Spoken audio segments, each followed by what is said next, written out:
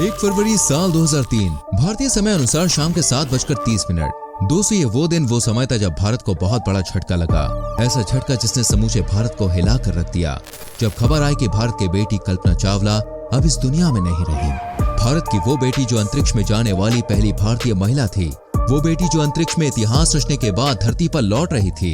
लेकिन इससे पहले कि वो धरती पर कदम रख पाती, जिस स्पेसशिप में वो सवार थी, धरती से कुछ ही दूरी पर उसका शटल STS-107 क्षतिग्रस्त हो गया, जिसमें कल्पना सहित उनके 6 साथी शहीद हो गए। धरती से करीब 2 लाख फीट की दूरी, जिसे तय करने में मात्र 16 मिनट लगते, लेकिन तभी अचानक कल्पना के अंतरिक्ष यान का संपर्क नासा से टूट गया और फिर जो हुआ उसे देखकर नासा सहित पूरी दुनिया हिल गई, जब कुछ ही मिनटों के बाद अमेरिका के टेक्सास स्टेट में कोलंबिया स्पेसशिप का मलबा आ गिरा।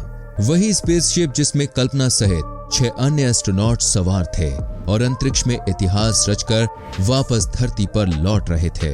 दोस्तों, आपने वो कहावत तो सुनी होगी कि होनी को कौन टाल सकता है, लेकिन इस केस में ऐसा नहीं था। यह अनहोनी होगी इसका पता नासा को पहले ही था। जो समय रहते ठोस कदम उठाए गए होते तो शायद आज हमारी कल्पना चावला हमारे बीच इस दुनिया में होती। जी हाँ, आपने बिल्कुल सही सुना। सच्चाई यह है कि मिशन लॉन्च को अभी दूसरा दिन ही हुआ था जब इस मिशन में एक तकनीकी खराबी आ गई, जिसके चलते मिशन को रोक देना ही बेहतर विकल्प था। लेकिन नासा ने ऐसा नहीं किया, बल्कि ये जानकारी मिशन में सवार 7 एस्ट्रोनॉट्स को भी नहीं दी गई और नासा ने कल्पना सहित 7 एस्ट्रोनॉट्स को एक कभी न खत्म होने वाले सफर पर भेज दिया, जिसका नतीजा ये हुआ कि आज हमारी आन बान शान, हमारी गौरव, हमारी अपनी कल्पना चावला हमारे बीच नहीं है और वो अब कभी भी लौट के नहीं आएंगी। खैर, अफसोस करने से कुछ भी नहीं होगा। दोस्तों, आज की वीडियो के माध्यम से हम उन्हें याद करेंगे, उनके जीवन से जुड़ी कुछ अहम जानकारियों को आपके संग शेयर करेंगे, ताकि आज की नई जनरेशन भी उनके बारे में जान सके कि कभी भारत की मिट्टी से एक ऐसा नगीना निकला था जिसने अमेरिकी स्पेस एजेंसी नासा को अपना दीवाना बना दिया। आइए जानते हैं।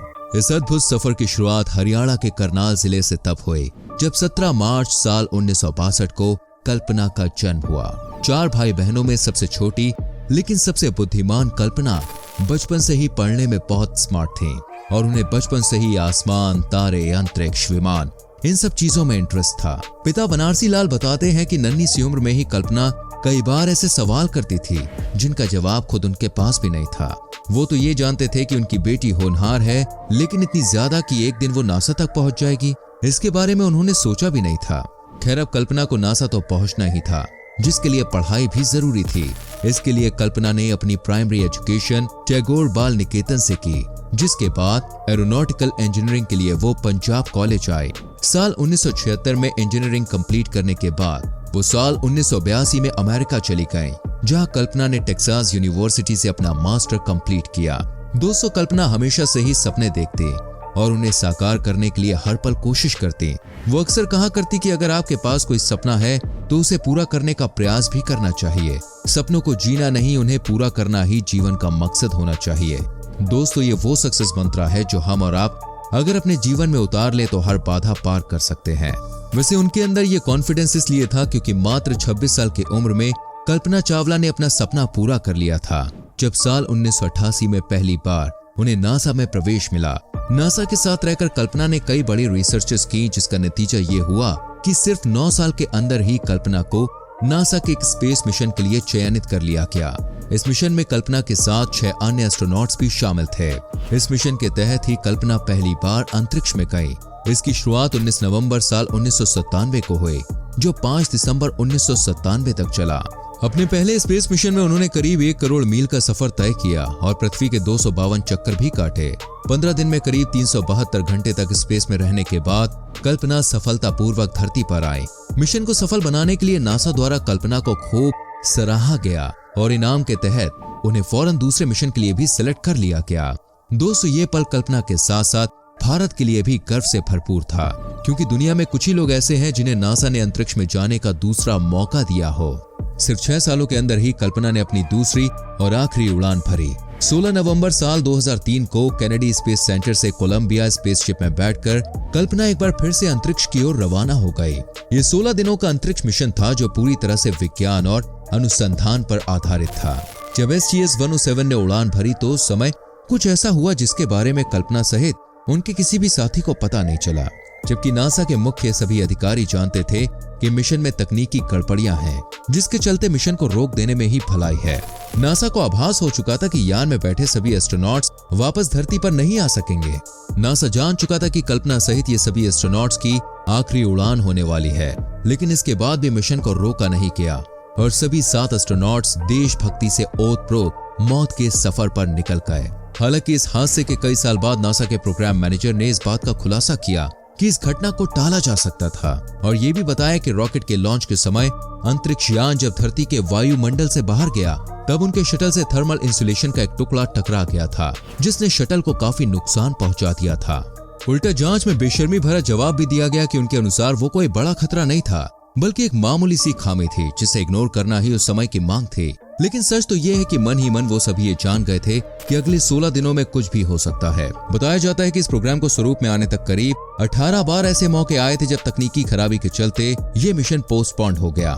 शायद यही वजह रही कि ऐसे समय जब विमान उड़ान भर चुका था तो कंट्रोल रूम में बैठा कोई भी व्यक्ति ये हिम्मत नहीं जुटा पाया जो ये बता सकता है कि ये मिशन अब भी पूरी तरह से सुरक्षित नहीं है। उधर इस बात से अनजान कल्पना और उनकी टीम अंतरिक्ष के कक्ष में पहुंचते ही अपने काम पर लग गए। कुछ महत्वपूर्ण एक्सपेरिमेंट करने के साथ अंतरिक्ष की पल पल की जानकारी नासा को भेजने लगी। कल्पना जिन्हें पहले ही एक सफल मिशन का अनुभव था, वो बड़ी ही कुशलता के साथ इस मिशन को संभाल रही थी। अंतरिक्ष में रहते हुए उनकी टीम ने कई मुख्य जानकारियां जुटाई जो आगे चलकर गेम चेंजर साबित हुए। लेकिन उनकी टीम इस बात से अनजान थी कि अंतरिक्ष में बीत रहा उनका एक एक पल उनके जीवन और मिशन की उल्टी गिनती गिन रहा है। एक तरफ उन सभी का ध्यान मिशन को सफल बनाने पर लगा था, तो वहीं दूसरी ओर वो सभी लोग बेसब्री के साथ 16वें यानी आखिरी दिन का इंतजार भी कर रहे थे ताकि समय पूरा हो और वो सभी सफलतापूर्वक धरती पर पहुंचे। और इसके लिए वो हर दिन स्पेस सेंटर में बात करते, सारे दिन के रिपोर्ट देते और अगले दिन का प्लान करते। और फिर आखिरकार वो दिन भी आ गया जब 1 फरवरी साल 2003 को कल्पना चावला और उनकी पूरी टीम वापसी के लिए रवाना हुई। उन्हें फ्लोरिडा स्थित उसी कैनेडी स्पेस सेंटर पर लैंड करना था जहां से उन लोगों ने उड़ान भरी थी। कल्पना की ओर से कंट्रोल रूम को ये जानकारी दी गई कि वो लोग डी ऑर्बिट यानी उनका विमान अंतरिक्ष के कक्ष को छोड़ने के लिए पूरी तरह से तैयार है, जिसके जवाब में कंट्रोल रूम ने बताया कि उनके रास्ते में सब कुछ नॉर्मल है। वो जब चाहे अंतरिक्ष से निकलकर धरती के कक्ष में एंटर कर सकते हैं। दोस्तों, कमाल की बात तो ये है कि रिटर्न जर्नी को हरी झंडी देते समय कंट्रोल रूम ने कल्पना और उनकी टीम को वो जानकारी भी दी जिसे वो पिछले 15 दिनों से छुपा रहे थे। कंट्रोल रूम ने बताया कि आपके शटल के निचले हिस्से में थोड़ा सा डैमेज है, जिसको लेकर आपको घबराने की आवश्यकता बिल्कुल भी नहीं है। जी हाँ दोस्तों, जिस तरह अभी आप हैरान हो रहे हैं, कल्पना और उनकी टीम भी ये जानकर उस समय हैरान हो गए जब वो सभी लोग धरती पर लौट रहे थे। लेकिन शायद अब इस जानकारी का कोई फायदा नहीं था, क्योंकि अब वो मनहूस घड़ी भी आ चुकी थी जिसका अंदाजा कम से कम कंट्रोल रूम को तो पहले से ही था। 1 फरवरी साल 2003 को जब कल्पना और उनका क्रू धरती के वायुमंडल में एंटर हुआ तो फ्रिक्शन से गर्म होने वाली हवा शटल में हुए डैमेज हिस्से पर प्रेशर बनाने लगी। ये हवा इतनी गर्म थी कि समूचे शटल को जगह जगह डैमेज करना शुरू कर दिया और ऐसे छेद बना दिए जिनकी वजह से पहले तो कैबिन का ऑक्सीजन लेवल डाउन हुआ, तो वहीं दूसरी ओर ऑक्सीजन लेवल के नीचे जाते ही सभी मेंबर्स बेहोश होने लगे। यही नहीं, कैबिन के अंदर गर्मी बढ़ने से कल्पना और उनकी टीम मेंबर्स का खून भी उबलने लगा और एक अनुमान के मुताबिक यही वो अवस्था थी जिसमें कल्पना और उनकी टीम की मृत्यु हो गई। अनुमान इसलिए क्योंकि ये वो समय था जब शटल में छेद हो जाने के कारण कंट्रोल रूम और शटल का संपर्क पहले ही टूट चुका था।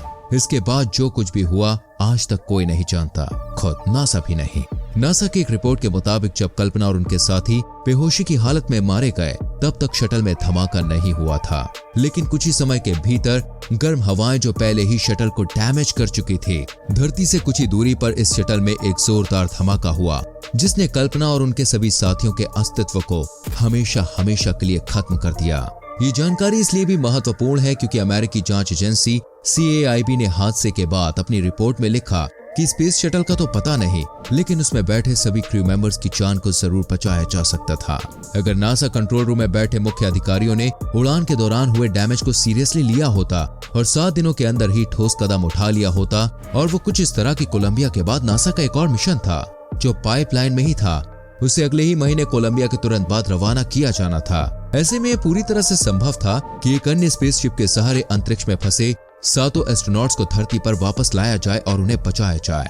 दोस्तों, नासा ने ऐसा क्यों किया? उसने अपने ही नागरिकों की जान क्यों नहीं बचाई? ये सवाल अहम है। या फिर नासा द्वारा लिया गया ये डिसीजन सिर्फ परिस्थितियों के विपरीत जाने वाला इत्तेफाक भर ही था? इस पर आपका क्या सोचना है कमेंट करके जरूर बताएं। वीडियो को लाइक करके शेयर करें और चैनल को सब्सक्राइब करके बेल आइकन प्रेस करें, जिससे आपसे कोई भी वीडियो मिस ना हो।